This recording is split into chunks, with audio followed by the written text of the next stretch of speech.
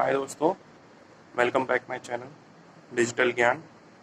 आप में से कितने सारे लोग हैं जो इंग्लिश बोलना चाहते हैं पर बोल नहीं पाते हैं? कितने सारे हैं जो ग्रामर सीखे हुए हैं पर फिर भी बोल नहीं पाते हैं? कितने सारे हैं जिनको ग्रामर पता है पर अप्लाई नहीं करना आता है? तो आज से मैं इंग्लिश स्पीकिंग क्लास ग्रामर के संग चालू करने वाला हूँ, जिससे आपको मैं गारंटी दिलाता हूँ, अगर आप इस तरीके को फॉलो करते हैं तो डेफिनेटली फ्यूचर में धीरे धीरे आप बोलना ज़रूर सीख जाएंगे। तो चलिए फिर वीडियो स्टार्ट करते हैं। So today's topic is tenses. So tenses को हम कैसे क्लासीफाई कर सकते हैं? 3 टाइप्स में क्लासीफाई कर सकते हैं। पहला टाइप होता है प्रेजेंट टेंस, दूसरा टाइप होता है पास्ट टेंस और तीसरा टाइप होता है फ्यूचर टेंस। चलिए हम क्लासीफाई करते हैं। तो पहला होता है प्रेजेंट, दूसरा होता है पास्ट, तीसरा होता है फ्यूचर। ओके, इस तीन टाइप में ही हम क्लासिफाई करते हैं टेंसेस को। ठीक है, और टेंसेस को जानने से पहले हमको जानना ये जरूरी है कि हम किसी सेंटेंस को कैसे बनाते हैं। सेंटेंस मतलब हिंदी में हम वाक्य कहते हैं, कि हम किसी वाक्य की रचना कैसे करते हैं। How do we make a sentence, कैसे हम किसी भी वाक्य को बनाते हैं। तो वाक्य को बनाने के लिए जो चीजें चाहिए होती हैं वो हम पहले पहचानते हैं, तभी हम अगर हम टेंसेस अप्लाई करेंगे किसी भी चीज में। क्योंकि हम जैसे रोजमर्रा देखते हैं, जिस काल में हम रहते हैं उस काल में हम इजिली बात कर लेते हैं, हिंदी में बात कर लेते हैं, क्योंकि हमें पता होता है कि कौन सी चीज कैसे जोड़नी है। किसी वाक्य को बनाने के लिए क्या क्या चीजें चाहिए होती है वो चीजें हमें पता होती है। पर इंग्लिश में किसी सेंटेंस को बनाने के लिए हमें क्या क्या चीजें चाहिए होती हैं, चलिए हम वो देखते हैं। तो सबसे पहले sentence.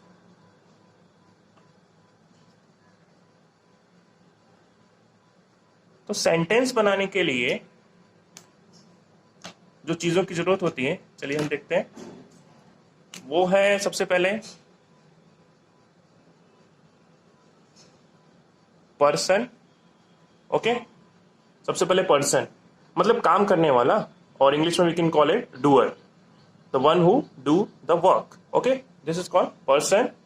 And then we make it, हम फिर उसके बाद हम क्रिया लगाते हैं, और इंग्लिश में हम बोलते हैं मेन वर्ब। ओके, और फिर उसके बाद मेन वर्ब, सॉरी यहाँ पे वर्ब, पहले वर्ब लेंगे, वर्ब लेंगे। ओके, मतलब क्रिया। उसके बाद हम ऑब्जेक्ट लेते हैं, ऑब्जेक्ट। ओके, तो यहाँ मैंने वर्ब की बात की, तो वर्ब में भी 2 टाइप का जुड़ता है इसके अंदर। एक होता है main verb, okay, main verb, और दूसरा होता है हेल्पिंग वर्ब।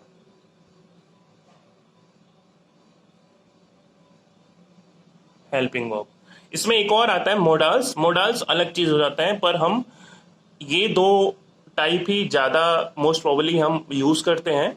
तो पहले हम समझते हैं कि अब इस सेंटेंस को हमको बनाना है, तो सबसे पहले हमें जानना पड़ेगा कि पर्सन क्या होता है, वर्ब क्या होता है, ऑब्जेक्ट क्या होता है।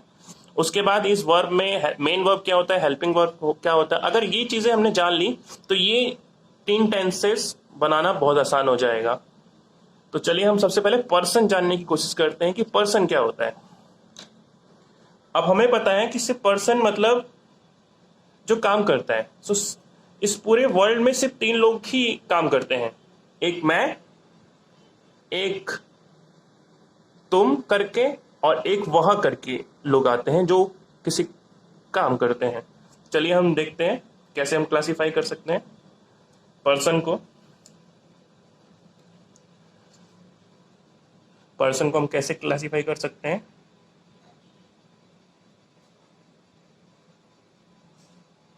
ओके, तो हम यहाँ पे क्लासिफाई करते हैं first person, okay, then second person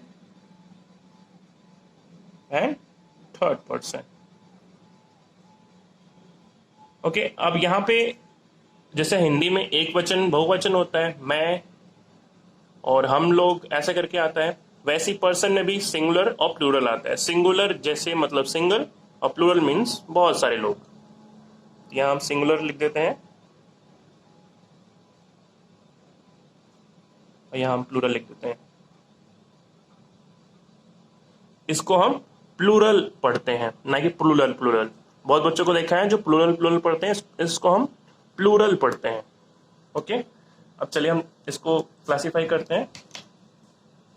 तो फर्स्ट पर्सन हिंदी में हम कहते हैं मैं, तो मैं मतलब हो गया आई।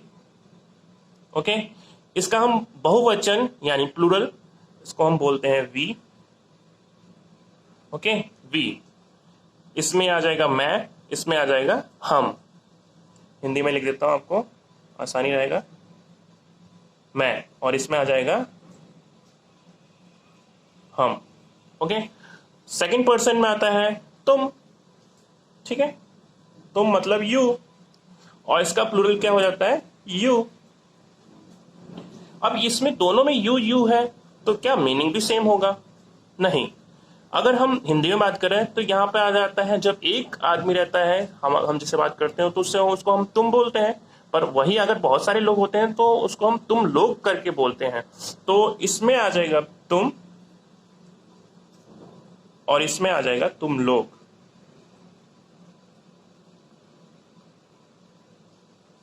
ओके, सो थर्ड पर्सन कौन होता है, वह।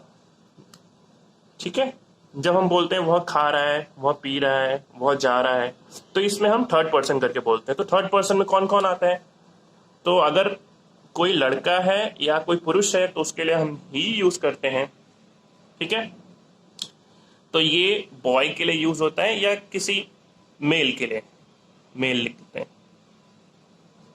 ठीक है, और अगर कोई लड़की हो, फीमेल हो, तो उसके लिए हम यूज करते हैं शी, वह जा रही है। ठीक है, अब ये दो तो हो गया। अब हमारे सामने पशु पक्षी भी होते हैं, ठीक है, और कोई निर्जीव वस्तु भी होते हैं, उसके लिए भी हमें कुछ ना कुछ इस्तेमाल करना चाहिए, तो हम उसके लिए हम इट यूज करते हैं, इट।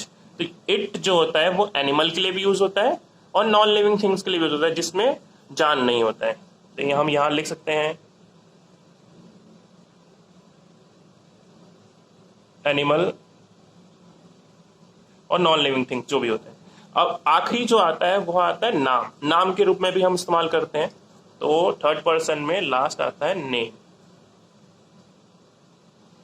ओके, अब इसका प्लूरल क्या होगा, वे करके हम बोलते हैं, वे लोग, वे सब, इस तरीके से हम इसका प्लूरल बोलते हैं या बहुवचन बोलते हैं। तो यहाँ पे ही शी इट का हो जाएगा प्लूरल, इन सब का प्लूरल दे हो जाएगा। ओके, तो ये इन सबको हम हिंदी में वह के रूप में पढ़ते हैं, वह के रूप में, और ये वे के रूप में पढ़ते हैं। तो ये तो हो गया पर्सन, मतलब सेंटेंस या वाक्य बनाने के लिए हमारे, अगर हम पर्सन के बारे में जान गए, ये सिर्फ 3 टाइप के पर्सन होते हैं। इसके अलावा हम वर्ल्ड में क्या हम नहीं बना सकते हैं। हम फोर्थ पर्सन पॉसिबल ही नहीं है, क्योंकि कोई भी फोर्थ पर्सन बनाएंगे तो वो इसी के अंदर घूम फिरा के आ जाएगा। अब हम समझते हैं कि वर्ब क्या होता है, क्योंकि अगर पर्सन होगा, कोई काम करने वाला होगा, और किसी चीज पे काम हो रहा होगा, अगर दोनों चीज होंगी, पर क्या काम करना है, क्रिया क्या होगी, अगर वही चीज नहीं होगा तो कुछ भी ये सब किसी काम का नहीं। तो चलिए हम वर्ब समझते हैं कि वर्ब क्या है। तो जैसे मैंने वर्ब के बारे में बताया कि वर्ब 2 टाइप्स के हैं, एक है मेन वर्ब, ठीक है, और दूसरा है हेल्पिंग वर्ब।